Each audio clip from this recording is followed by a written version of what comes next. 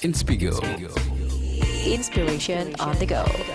Hai Inspigers, apa kabar? Welcome back to Baca Bareng Indri. So, kali ini aku Natalie Indri mau ngajakin kamu untuk ngobrolin soal proses pendewasaan diri. Kayaknya berat ya, tapi sebenarnya enggak kok. Jadi kita akan ambil dari point of view hal-hal yang enggak terkatakan tentang menuju dewasa dari buku ini, yang tak terkatakan tentang menuju dewasa, ditulis sama Mas Oki Sutanto. Jadi kamu juga pasti udah follow social medianya, atau bahkan ikut kelas online-nya. Sama-sama menarik ya Inspigers. Tapi kalau soal buku, Mas Oki itu ternyata pernah nulis antologi bareng sama teman-temannya tahun 2023. Nanti kita tanyain. Dan sekarang 2025 baru rilis buku sendiri, solo. Hai Mas Oki. Halo, selamat pagi. Selamat pagi, selamat siang, selamat malam. Iya. Welcome to Inspigo ya. Terima kasih sudah Makasih mengundang. banyak udah meluangkan waktunya buat kita untuk ngobrol ya. Sama-sama. Nah jadi congrats for the book launch. Thank you. Tapi kayaknya kalau ngomongin menulis tuh bukan hal yang baru buat Mas Oki kali ya. Iya. Dan gimana nih kalau ceritain dari masa kecil, ada gak sih habit atau kebiasaan yang bikin Mas Oki akhirnya terbiasa untuk berpendapat, menuangkan gagasan, akhirnya terus bisa membangun kebiasaan berpikir gitu Mas. Ini menarik banget loh. Gimana tuh? Kalau kecil sih sebenarnya lebih karena aku ini cukup sulit beradaptasi.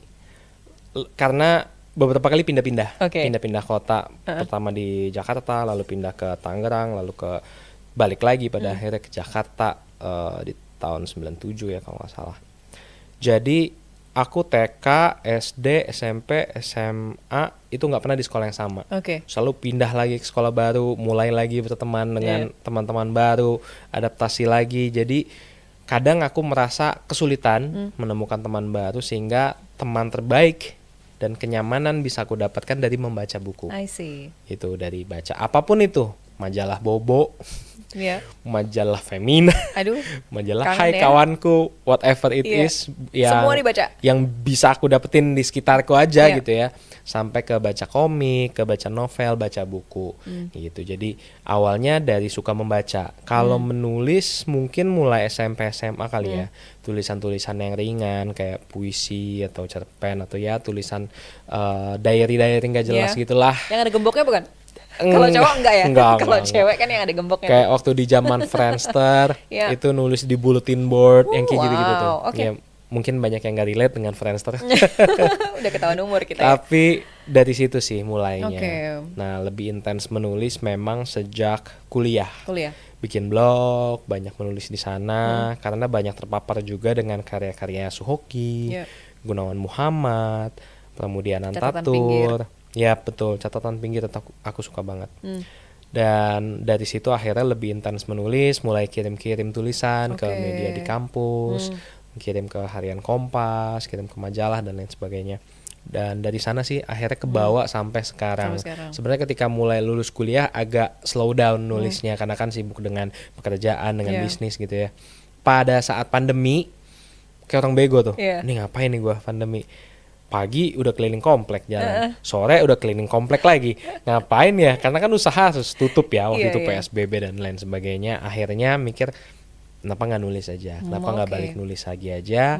Dan pada waktu itu aku mikir sekarang kebanyakan orang di media sosial. Yes. Udah nggak lagi buka blog. Akhirnya ya kenapa gua nggak mulai di media sosial menulis gitu, dan kebawa lah itu sampai sekarang nulis di media sosial. Amazing. Jadi sama-sama saling berhubungan ya, baca, nulis, Yep. kebiasaan berpikir itu terus terbangun jadi satu circle yang penuh. Iya. Tapi terus akhirnya menemukan platform yang tepat itu melalui tulisan. Kalau menurut Mas Oki, jadi apakah semua orang bisa menulis? Bisa sih bisa ya, kan kita belajar calistung ya dari kecil. Nulis literally nulis ya. Tapi Literally kalau nulis mah bisa. berpendapat? Cuma menurutku untuk bisa ya menjadi penulis Iya, ya, iya. menjadi seorang penulis gitu butuh skill tertentu, Oke. butuh habit tertentu, dan butuh kesukaan juga. Kalau memang tidak suka, tidak nyaman, ada orang yang lebih nyamannya ngomong di depan Iya. kamera, bikin video, bikin reels, bikin YouTube. That's fine gitu menurutku. Ada teman-temanku yang memang suka baca tapi mereka bagiin lagi dalam Iya. bentuk ngomong gitu ya di Review YouTube. atau apa Iya, gitu nge-review ya. buku, and that's fine gitu. Nggak semua orang harus jadi penulis juga Oke. menurutku. Tapi kalau memang mau jadi seorang penulis, ya itu tadi memang harus banyak-banyak baca, Oke. harus sering-sering nulis, dan ya sesekali belajar lah gitu. Tapi menarik loh membahas soal itu ya, Inspigers. Nah, tapi nggak cuma bahas soal politik sebagai bagian dari proses kita menuju dewasa. Di bab kelima ini Mas Oki menuliskan kalau aku boleh baca ada juga isu-isu sosial yang menjadi keresahan saya tentang ketidakadilan, kesenjangan, pendidikan, juga soal bagaimana agama terkadang dijual oleh oknum-oknum brengsek. Nah, bagaimana Mas Oki melihat hubungan antara pendewasaan diri dengan isu-isu sosial ini? Dan mungkin ada preferensi atau hal yang bisa di-share ya, kenapa nggak memasukkan soal love and family di dalam buku ini misalnya gitu ya, tapi lebih bahas soal sosial, negara yang resah, uang, financial and else. Oke. Kalau kenapa nggak masukkan tentang love and relationship, takutnya kepanjangan Gitu ya. Kayaknya butuh satu buku tersendiri. Kayaknya butuh satu buku tersendiri untuk ngebahas soal itu. Nah, kalau soal politik, soal merawat resah, isu-isu sosial, ini sebenarnya ada proses pendewasaan yang aku alami. Gitu ya, yang aku alami dari sejak kuliah, lulus sampai hari ini gitu ya. Nah, di aku sendiri, aku banyak terpapar. Aku beruntung banyak terpapar dengan isu-isu sosial mulai dari pas kuliah dulu.